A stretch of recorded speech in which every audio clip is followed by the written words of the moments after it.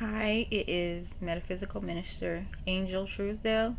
And instead of going off of what mainstream media is presenting, I wanted to go back to my studies and read a word or read a body of work from Dr. Masters. This is the founder of the International Metaphysical Ministry and the founder of the university that I studied at and that I'm currently studying with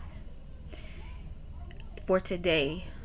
This message today is dealing with just the stress of being, or the stress of living. I'll put it that way: the stress of living in the society that we're living under. So this is what I want to share today. I want to just read some of his words and leave you with that. Leave you with also that in a prayer. So I'm going to begin reading now. Perhaps the greatest contributor to ill health in modern society today is stress. Psychosomatic medicine estimates that from 70% to 90% of all illness is functional, dependent upon the state of mind and emotions, rather than organic, based on a virus of some kind. The tension and anxiety connected with daily life in a modern city can be enormously stressful. How you handle such stress can make the difference between your being a healthy person or not. Stress over a long period of time can lead to chronic disorders or affect the immune system's ability to fight off the disease. The medical field, of course, is what most people turn to for help in dealing with stress. And the average response from the medical practitioner is to prescribe stress-reducing drugs. Unfortunately, drugs may have adverse side effects, which over a period of time can lead to other physical maladies. Spiritually reducing stress is approached by bringing spirit or the universal self or the God portion of one's psyche into greater activity to take command of what is taking place in the body, mind, and emotions as a result of outer environmental factors. Spirit, universal mind, God, nature's healing intelligence are all one and the same and can be the greatest healing factor in dealing with modern day stress, the stress of today. Because most people are unfortunately not aware of their real spiritual makeup or anatomy, they will seek traditional medical means to alleviate stress. However, the student of higher consciousness and spirituality realizes that spirit can reduce or virtually eliminate most stress. Your body is an energy field. Your mind is an energy field. Your emotions are energy fields. Stress is an energy factor that attacks the balance of mental, physical, and emotional energies,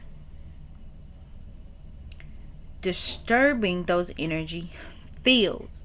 I want to repeat that part. Stress is an energy factor that attacks the balance of your mind, your body, and your emotions, disturbing those energy fields. My take on this, I'm finished reading from his lesson, but my take on this is, when it comes to stress, to me, stress comes off of confusion or anxiety, impatience a lot of the times, and certain things of that nature. And I go back to a lesson that I went over, or just a quote that I posted, that when you're stressed about something, it's because you don't have all of the information. Either you don't have all of the information, or all of the or some of the information is just missing or being hidden from you, or however you want to take it. But all of the pieces aren't on the with the puzzle. So in order to keep your stress level down, sometimes you have to walk away from that puzzle. Or sometimes, if you're really creative, you can create the piece that has to go there. But normally, if it's a puzzle, there are already pieces available. So you can wait it out. You can ask for it. You can do a lot of things to avoid yourself becoming so stressed, because outside of the spiritual, stress is a huge factor to a lot of illnesses that are going on. If you don't want to see it as an illness, to a lot of pains, physical pains that are going on within the body. Because when you're stressed and worried and anxious about something, that might cause a headache or heartburn or just chest pains, all kind of aches and things, all kind of issues with your gut. It does cause issues because you're literally stopping yourself up. Just like being in a constipated state. That's what it is. You're emotionally constipated, whether it's not by choice. Because when you're physically constipated, it's like you try to sit down and release yourself, but you're having a difficult time. It's the same thing with emotions. You have to release these emotions, and sometimes emotions become stagnant and they get stuck. But in doing that, you'll be able to understand that because stress is a factor that influences these areas, you can then release, let go, and ease and balance out the energies of your mind, the energies of your spirit, the energies of your emotions, the energies of your body, and flow much smoother and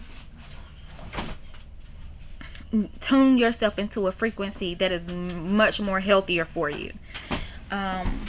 With that being said, I'm going to read a prayer that has also been written by Dr. Masters, the founder again of the International Metaphysical Ministry. And the prayer reads, this is a spiritually reducing prayer. And the prayer reads, Divine Mind, my Creator, whose spirit and life live within me, I affirm and declare that you, my God and ultimate true self, are eternal peace within me, which sublimates all stress into your serene spirit. For this I give thanks. I let it be so, and so it is. Again, that's my take on this lesson. This lesson is about how we all must remove those mental causes for ill health.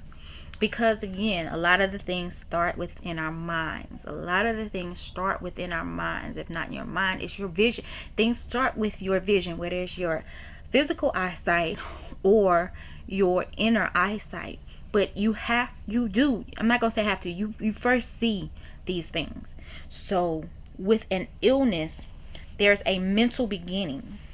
There is a mental beginning. I'm not saying mental in a negative way, but there's a mental beginning to seeing what's going on. You have to remove the way you're viewing a lot of the times mentally, because you dealing with our mind is dealing with our ego and allowing ourselves to get to the spiritual root cause of what it is that's going on. And that way you can better alleviate or remove what you are dealing with. Personally, yes, I know that there are mental conditions and things that people have that they have no control over. I would not personally say they have no control over it. I've been diagnosed with a few things. Social anxiety disorder, bipolar, a couple of things, but I had to pull myself out of it. I had to, because the medicine was not working for me. Therapy was not working for me. And the type of person I was, I didn't really want to do group therapy. And I was told that group therapy would be one of the best things for me. And I was like, no. So I rejected a lot of treatments because I did not feel like they would work for me. And I went about it my own way. Now, back then, at the time, what my way was throwing myself into the Bible, throwing myself into church.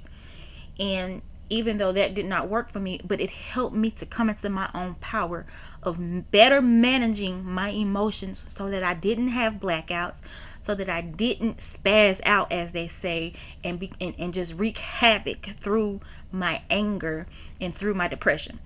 So with that being said, there is a a mental cause to whatever it may be going on, whatever may be going on in your life and in around you, because in the lesson it's read about environmental factors. So yes, you can say, oh, this doesn't bother me or that doesn't bother me, until you get to the place where it doesn't bother you. But your environment will will cause you to feel a certain way, whether you are aware of it or not. Excuse me. Your environment causes these. The atmosphere in which you're constantly under, the company that you keep, a lot of these things have a huge factor on the energy fields of yourself, your body, your mind, your emotions. And you have to start there. You have to start in a place of self-acceptance, self-awareness, self-love, self-care, self-management. Whatever you can place after self, that's what your focus should be on. Your self-relationship. When I talk about relationships, people take it how they want to take it and spend it how they want to spend it. When I was first given the task of talking on relationships, I kind of was like, why would I talk on relationships? Because I was newly divorced. So I was like, I don't think I should be talking about relationships. But when it became clearer to me that the relationship that is number one priority is the relationship with yourself. And at first I tried to spin it, I would say excuse the background noise, but I don't think he had any control over that. What was that fell? That was the box. What box?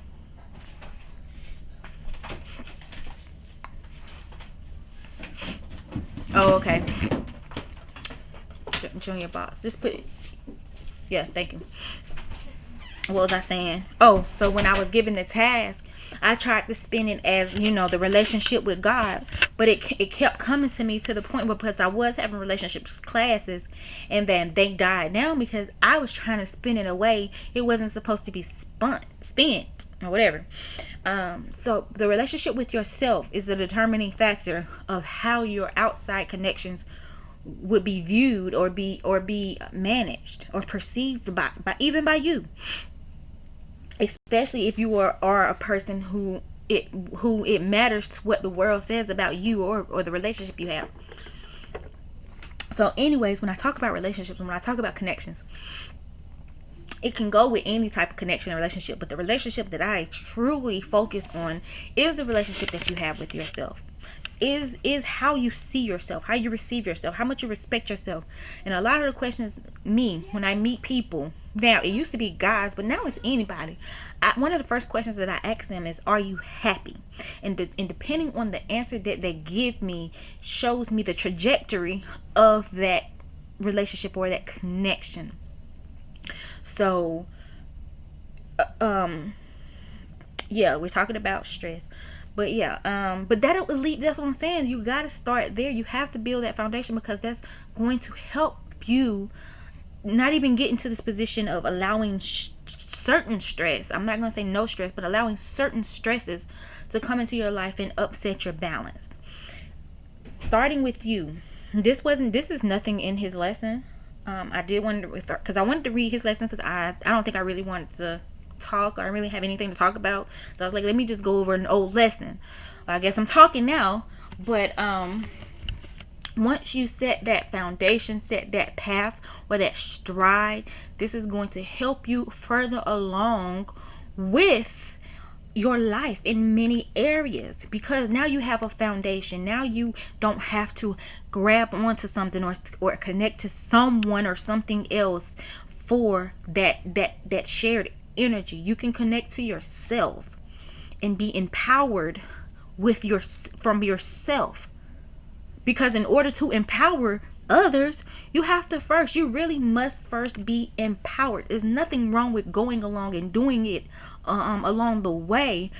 But when you've already been there and done that within this one area, it does become a bit smoother. I wouldn't say it becomes easier, but it becomes a bit smoother.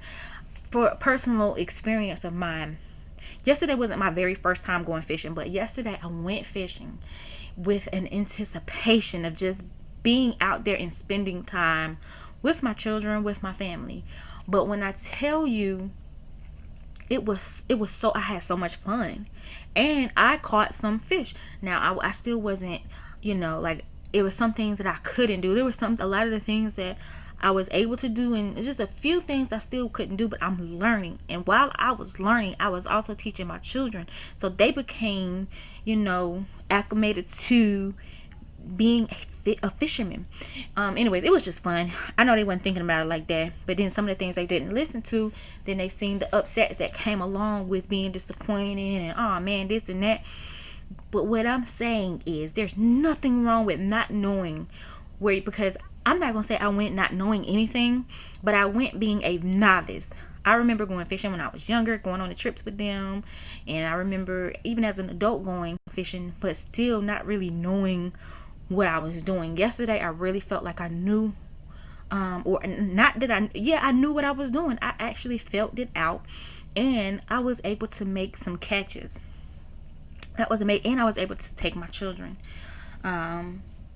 and still be under the guidance and I was allowed to kind of do this thing on my own. If I needed my aunt, she was there, or my uncle, he was there, but I picked my little spot and I went to my spot, and I really enjoyed myself, and I felt like I knew what I was doing. Like I really did, knowing I'm going to go again, so I'll be at the point of actually knowing what I was doing. But I knew how to bait my hook. I actually learned how to throw my fishing rod. This is the first time I fished with this type of fishing rod, but I learned it. I messed up the first time learning it, but I got it. I had to keep telling myself I got it. And all of my kids did. Like, a couple of my kids, it was their very first time. So that was a personal experience of mine. But what I'm saying is, you don't have to know it all to get started. You don't even have to know a little bit to get started. You can just get started. You have everything you need right now to get started. Remove the factors that is offsetting your balance in your life, offsetting the balance of your emotions, offsetting the energy of your mind and the energy of your body. You can do this now, no matter if you're in a physical relationship or not. You still must focus on the relationship with yourself. How do you feel about yourself? That is the question. I am posing this question to you. How do you feel about yourself? That's what I want you to answer. Give that answer to yourself. If you have to go out and spend time with yourself, take yourself out, do what you need to do, and talk to yourself and tell yourself how you feel about yourself. How do you feel about yourself? That's what I want to ask you. How do you feel about yourself? Not how do you feel about your relationship. I don't want to know how you feel about your children. I don't want to know how you feel about what's going on in the world right now. How do you feel about yourself? Because determining how you feel about yourself is going to determine your outlook and your output on the things going on in society, or the things going on in your current connections. So how do you feel about yourself? You ask you that. And then, with all honesty, I really hope to speak to you again and go forward on your journey from there.